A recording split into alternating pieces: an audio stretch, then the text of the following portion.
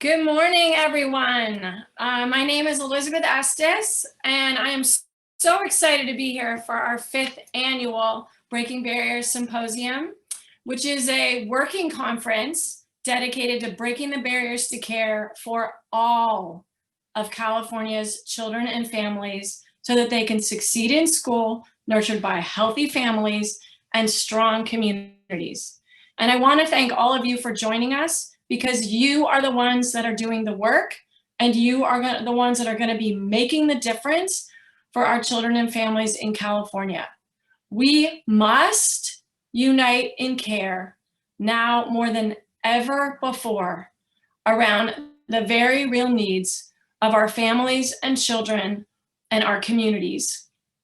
And we can do this work. We need to lead this work at both a state and a local level, and that is possible. And we're going to spend the next 4 days talking about what the state is doing and what is happening at the local level to unite in care around needs of children and families, the successes that are happening in California around that work, the very real positive outcomes and efforts that are going on across California. We're going to be talking about a lot of the state initiatives that are happening to incentivize and support this work. And we are going to be talking about how we can continue this work into the next year, and how we can celebrate all of you who are doing this work and help you move this work forward. So I have to thank you so much for being here. And I want to start the symposium by thanking Giannina Perez for being here. She is here from the governor's office, and she is the senior policy advisor for early childhood, doing extraordinary work throughout her life for the children and families of California. And I'm going to let Giannina take it from here, but I want to leave it with, this is work we must be doing. This is work that is possible. This is work that is happening. And this is work that we will continue to do into the future. Thank you so much. Giannina, I'm going to turn it over to you. Good morning. Buenos dias, everyone. I hope everyone's settled in and you have a moment of calm before we dive into this wonderful day and wonderful weeks, since this will be over 4 consecutive weeks, is my understanding. So I am going to, and we were just talking about this, share my screen. And if I mess up, my son is on standby to help me. Wonderful. So Breaking Barriers 2020, hooray, we are here. And for me, Breaking Barriers has a lot, it just has a soft spot. When I was given this opportunity to speak again, I said, absolutely. Why? Because for me, this is my kiddo. As some of you may recall, it was last year that I was running around frazzled because I didn't know what to do. He was sick that morning. I had this meeting and I was freaking out, like so many working folks with kiddos or caretaking other folks. And so I said, I made that decision. I got to go with him. And as soon as I walked in, they were not even missing a beat. Come on in, no problem. Have a seat, little guy. Here's some pastries. Just no, not even a bat of the eye. And I have to say, I've been to many conferences where I felt I couldn't have done that. It would have been a little bit more unnerving. So for me, Breaking Barriers has a very soft spot in my heart. You really have, in addition to my own personal Breaking Barriers story, you have helped move that vision of whole child, whole family, whole community. And I hope you see it now in what the governor is trying to lift up. I think Governor Newsom has doubled down on an integrated system of care for children and families, for all children and families in our great state. So we all know what's going on, but what I hope to do is to quickly just go over what I consider some 2020 silver linings in the policy space.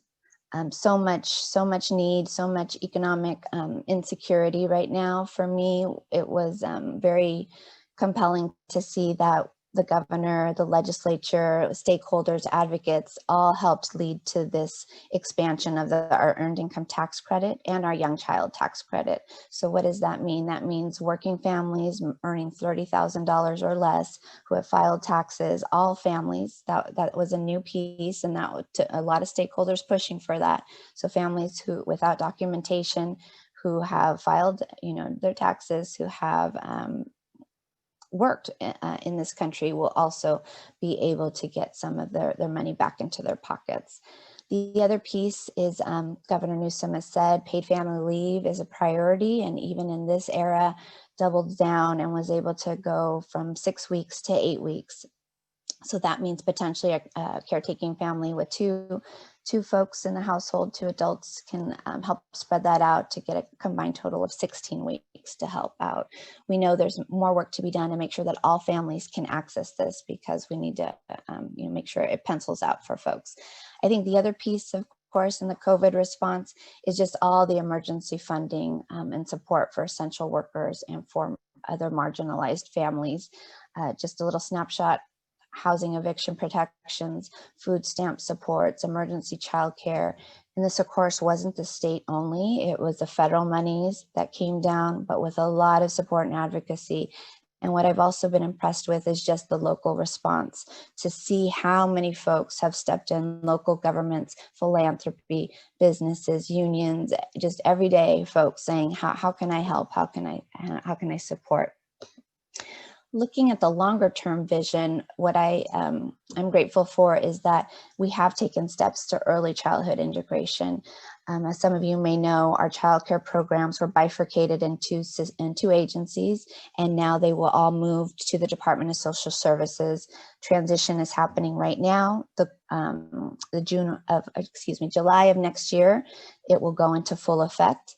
The goal, of course, is that we better align with Health and Human Services and Department of Social Services programs that are serving our children and families to better serve them, of course. And then the other piece is our master plan for early learning and care.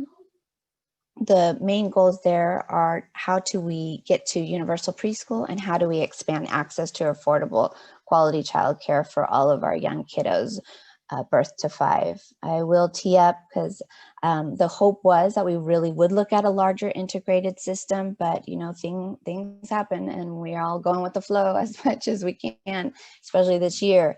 I want to say that there does need to be additional conversations of how do we integrate our early learning and care with our health, behavioral health, and other economic supports that families need. As I've said before, it's not just, we've taken care of childcare for families and they're done. All right, check, that's all I need. I'm good to go. But I do know a lot of folks are struggling with childcare. The other nods that I want to give that I haven't personally been as involved in, but I know are important, is, of course, we are in the second of 3 years of our special ed funding reform. $100 million more went for low incidence students with disabilities, low incidence disabilities. So I think that's wonderful news. And of course, there's been legislation. Our legislature has been wonderful partners lifting up mental health parity bills, as well as mental health access, so more peer-to-peer counseling and other legislation that really gets to how do we support this new wave that we're seeing of so many folks struggling, so many folks in need of mental health supports. 2021 and beyond, these are just my own thoughts, and really welcome and learning from all of you today. I think racial justice is pretty clear that we need to double down on that in early childhood. Real discussions, humility is important, right? And data, we need to disaggregate just as the default data for all children, so that we can look at where are inequities, who's being served, who's being not served. The other area I see as well as a gap is that research that understands the role of race and culture and community in children's development, not as an aside, but as a yes, that is how children develop. And then finally, this is my call out to you all. Please help us continue to integrate early childhood. I was talking with Elizabeth, and the discussion was, how do we look at larger state vision, state goals, so that every single program, they have their lane, but we're all in agreement. Oh, that's what we're going for. That's what we're trying to do, and to hold each other accountable to those visions and goals.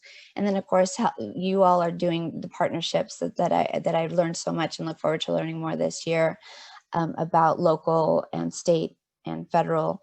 And of course, that's where it's at. That's how we have to do that. We all have to pick up an oar and start rowing together. And then for me, as a policy dork, I know once you get the funding, you get the bill passed, it's not over. We have to monitor implementation. We have to make sure who's benefiting, who's not, and course correct when needed. So with that, I will say gracias, thank you so much, and welcome to Breaking Barriers 2020. Take good care.